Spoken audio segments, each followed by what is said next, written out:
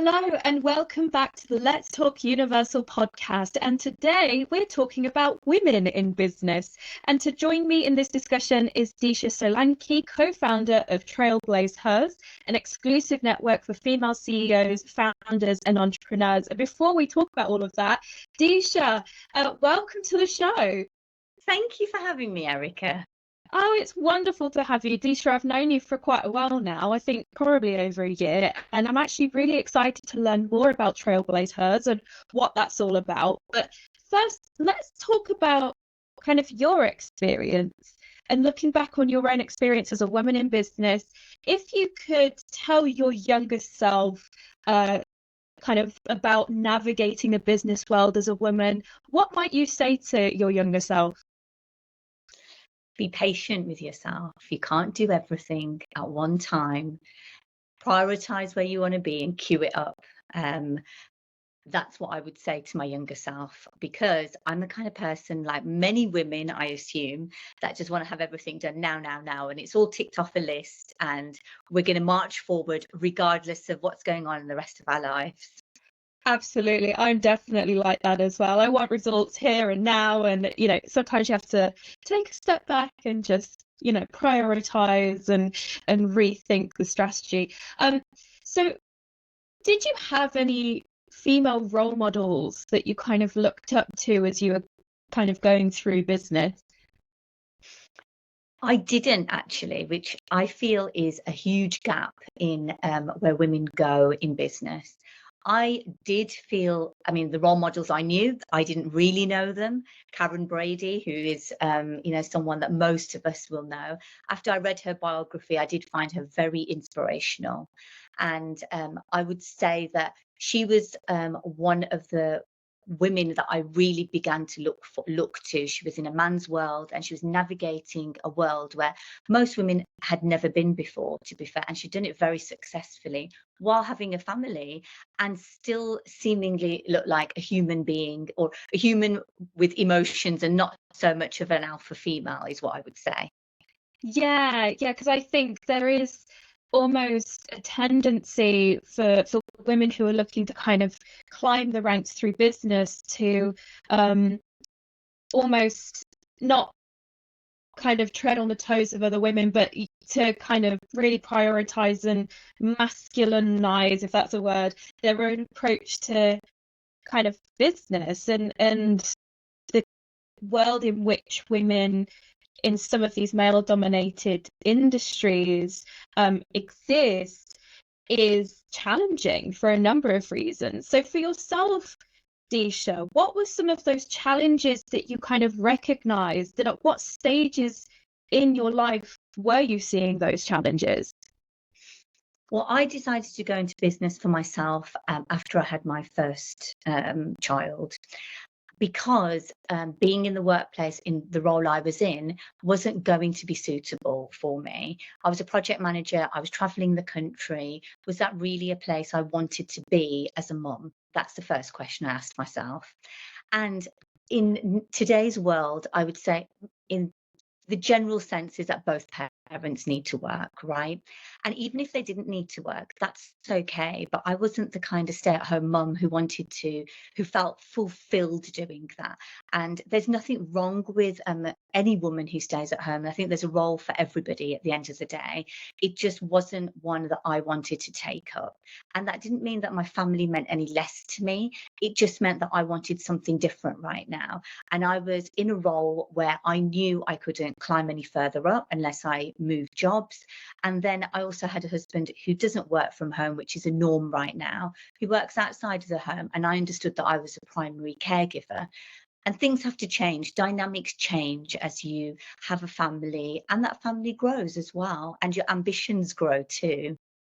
Thank you for sharing that, Disha. I think a lot of women and a lot of people can relate to that story. So how do you think your personal journey has led you to, this passion of working with women and helping to support women in business? What I really have realized over the last 17, 18 years is that many women, and I have had a daughter of my own, since as well, They don't realize how financially independent they can be. That would be number one. And they feel like they have no other options after having children, or they become solopreneurs, which I am absolutely an advocate for, but then they don't go on to build bigger businesses or build more than themselves because they put a ceiling on themselves and they say they can't achieve it, or they don't have the time for it or the bandwidth for it. And there's lots of stories that we can sell ourselves as women, but I think a lot of it is because we don't know other women who can do it and have done it. And I want my daughter has huge dreams and aspirations, like she's going to go to Dubai and drive a pink glittery Lamborghini, which I'm all up for. You know, she needs more role models that don't live on Instagram and are influencers ultimately at the end of the day. There's less of them in the real world than there are people who run real successful businesses. And it's an important pathway for them to go through, is to see what does that journey look like and can I get there and who's done it before me. And I know you've done quite a bit of sort of mentorship with female women in business. Are there kind of common problems or challenges that you see kind of across the board? Is it a certain level that they get to in a business where they start to see those challenges really hold them back? I would say once women start getting past multiple six figures, they start being judged for being successful. And sometimes the success is on the outside and not on the inside. Because when you get to that point, there isn't as much support, because there just isn't. There's lots of support for startups, entrepreneurs, lots of networks that you can go to. But the minute you start getting to multiple six figures, the truth is that the business journey changes. There may realistically be an internal cash flow problem. And what I've realized more often than not is that, unfortunately, there is a gender bias in terms of how much women understand in terms of finance and how to run their businesses financially. A lot of us, me included, we fall into certain types of businesses. That doesn't mean that we understand the finance and what it takes to run a business like that. And sometimes the numbers don't jive and they've got no one to tell. So that's a really common theme I have been seeing, I would say, over the last 12 months, which makes me really sad inside. Is the most common thing I've heard is, oh, I leave that to my husband, or I leave that to an accountant.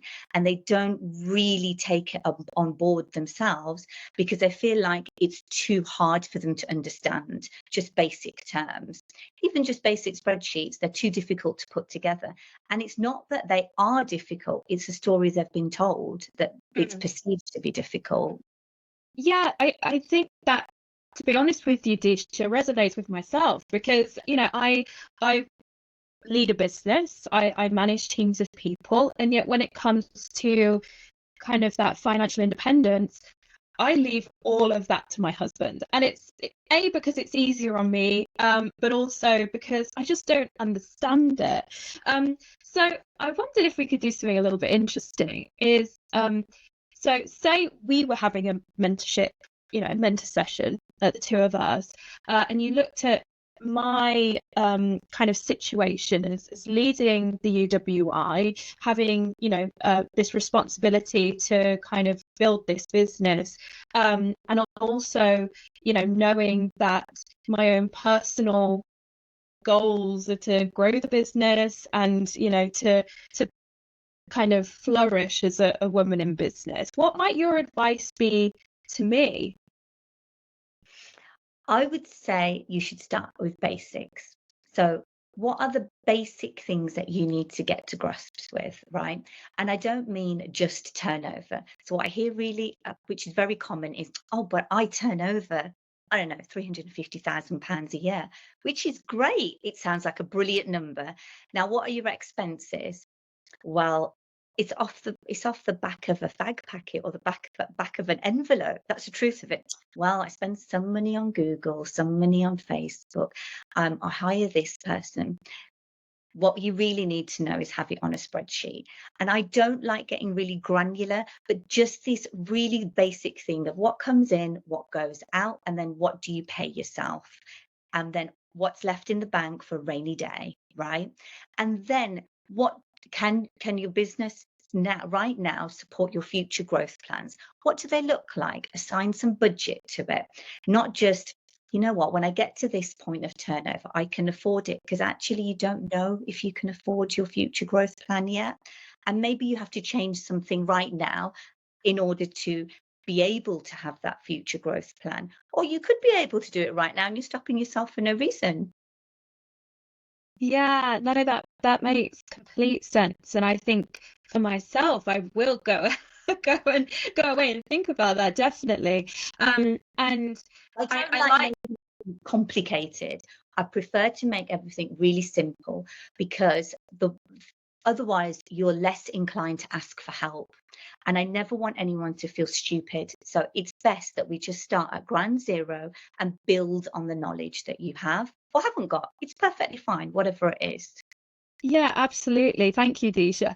And if we're talking about the barriers, so we've talked about sort of the challenges, but in the workplace, exactly what kind of systemic barriers are there that are preventing women from kind of climbing that corporate ladder, or perhaps even running their own business? What do you see? I think across the world right now, and I would especially in the UK, the cost of childcare is prohibitive, which means that most women, even if you were previously on a pretty good salary, will find it really difficult to make ends meet, or take that risk of going into business, because ultimately it is a risk. And if you're someone who doesn't have a business background or know the ins and outs of what this really entails, then it could feel like a huge risk. And what's on the organization, the employer's part? What's I suppose there are ways for them to support their female staff, and also, fathers of children. But if they don't offer any support, what are they losing out on if they don't? You lose out on 50% of the workforce. Let's be truthful about that, right?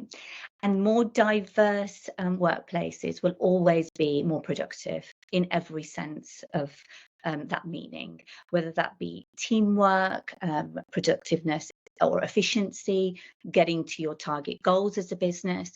It's important that every aspect of the business has diversity included in it, because everyone has a different aspect to any given problem, right? And there's no right and wrong. It's just important to include every aspect, because the population has got 50% of us in it at the end of the day. And so when it comes to the support or kinds of support that organizations and employers can be offering women in the workplace, what kinds of things do you think are really important? I think it has to be on a case by case basis.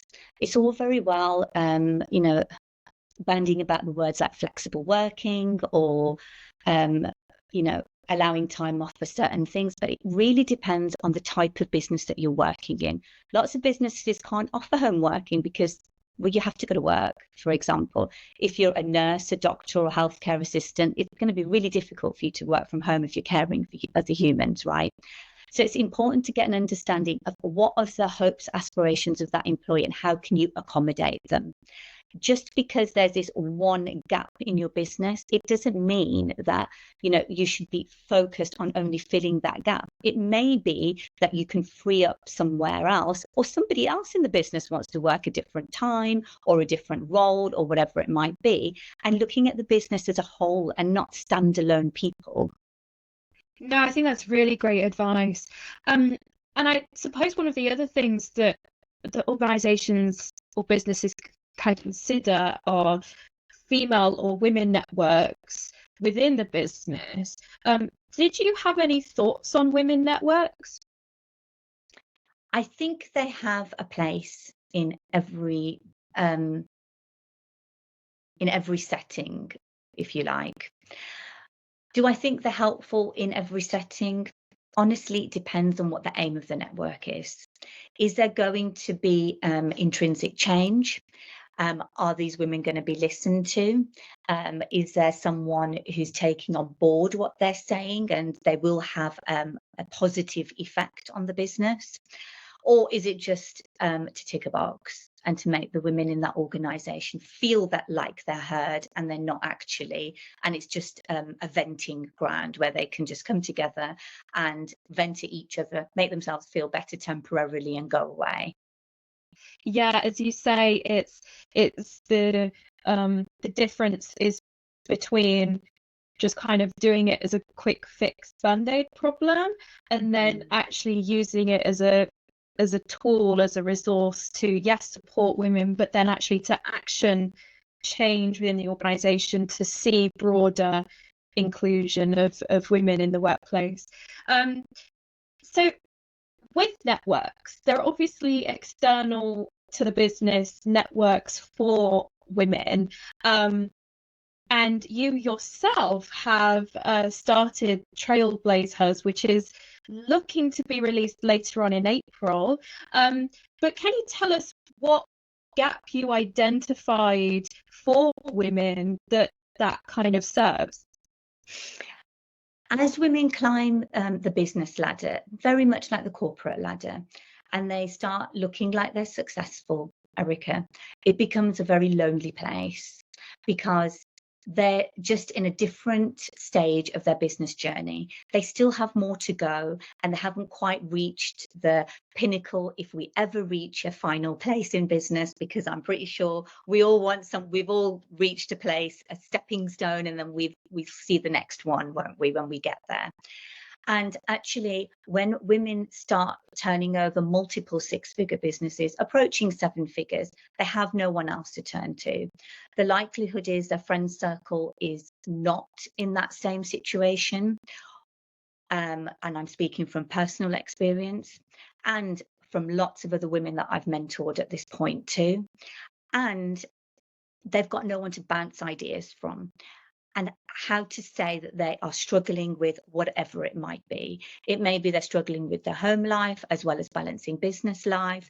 And how do other women cope at this point in time? Or just growth strategies. You know what? Because it looks on the outside like you've got it all sewn up and they've got nowhere to go and turn to help and say, you know what, this bit's working and this bit isn't. And sometimes it just takes someone else to come in and say, you know what, I've been there and I've done that. Why don't you try something else? Rather than reinvent the wheel or spend hours, days, weeks, months by yourself trying to figure out what you're going to do. And most women, when they get to this stage, they will frequently ask themselves, probably at every stage, to be truthful, you know what, should I go get a job? Should I quit all this? Should I go do something else? And what I really want to avoid is that quit. Don't quit, because someone before you's done it and someone after you's going to do it. And you have so much value to give at this point that, and into society and everything, right? Economics, those businesses that go on and they don't quit, there's no reason to. It was just a stage and it's all going to be fine. Sometimes you just need someone else to tell you that, who's in the same situation as you. Absolutely. And for women who join the network when it launches, what kind of things can they expect as part of the network? So the Trailblazers is designed to be a safe space, a safe community where everybody will be vetted. So you will be with like-minded women. It's a non-judgmental community where you can come together. We will be doing once a monthly expert-led mastermind sessions directed at women, and it could be on a whole host of topics. That's the truth of it. It could be how ADHD presents in women, which is very different to the way it presents in males. And most entrepreneurs seem to have ADHD or ADD, and none of us know about it. That's the truth of it until you start reading more about it. It could be about other things like raising a teenager. I put my hand up to two of them yesterday. I loved them. Today I'm back to loving them. It's okay, but they're on holidays, right? And what to do to navigate that, the emotions of it too, right? Then there's perimenopause and menopause that affects us too. and how we lead businesses, and what can we do to help ourselves, and what kind of tools can we have in our box to ensure that we're protecting ourselves too. Then the next mastermind or session will be intentional networking. So you come to the community with what's your challenge this week or this month or whatever it might be, and who can we put in the same room as you, whether that be virtual or in person, so that you're connecting with the right people. So it takes away that feeling that maybe, you know, you're going to turn up for 90 minutes today or an hour or whatever you have to give, and risk the fact that you may not connect with the right person. So we want to eliminate all of that. So you're there and you're using your time smartly, because we know most of us don't have a lot of it. Absolutely. And it just seems that there's such an intersectional, broad scope approach to this, which means that, you know, there aren't, though there is a vetting process, there's still a bit of everything for everyone. And talking about tools, resources, approaches that can really help to make all of this actionable. Because I suppose, you know, it's great to talk about, oh, what are your big goals and, you know, what are the stepping stones, but actually, how do you take it to that next step? Absolutely. In terms of intersectionality, you know, how important is that to you? Because you know, we, with the work that TrailBlazeHers is doing, and from your own personal experience, how important is it for people to understand and recognize, you know, that we're not just women, but actually we might be neurodivergent, but we might also be mothers, or we're not mothers, or, you know, how important is that for people to truly understand? Every woman feels subject to judgment, is what I would say. And it's important we live in an era, I mean, where lots of women are choosing not to have families because they want something else in their life, and that's fine. And there should be that mutual understanding and respect that everyone's entitled to make their own decisions, including us women.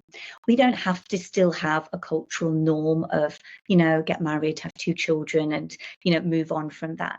It's okay to want more. It's okay to have big dreams and aspirations, and we'll help you get there. So anyone who comes also to the TrailBlazeHers, we ensure that they leave with something actionable, so they can go away with more answers than questions, is what I would say. Because even between women, we have to also understand that we're always at a different stage in our life, or you know, how one woman leads a business isn't the same as how another one leads it. Is there a judgment on whether that's right or wrong? No, there shouldn't be, but we should be looking at best practice. That's the most important thing. What's the best practice, and what tools can you bring to the table so you lead exactly the way that you want to lead? My final question, Disha, is going to be what you think the future holds for women leaders. I think that there will be more of us, many more of us. And I think the world is yet to see the superpower of women. I really do. And I'm excited for what the world holds. I think that COVID hasn't helped the fact that maybe we did take a few steps back, but I really do see right now the fighting spirit of women and them coming back. And it's almost like there's going to be a resurgence somewhere, maybe it'll be a global one at this point. From South Korea, I'm reading how many women are now choosing to not have children and go into business, or, you know, climb up to senior leadership positions.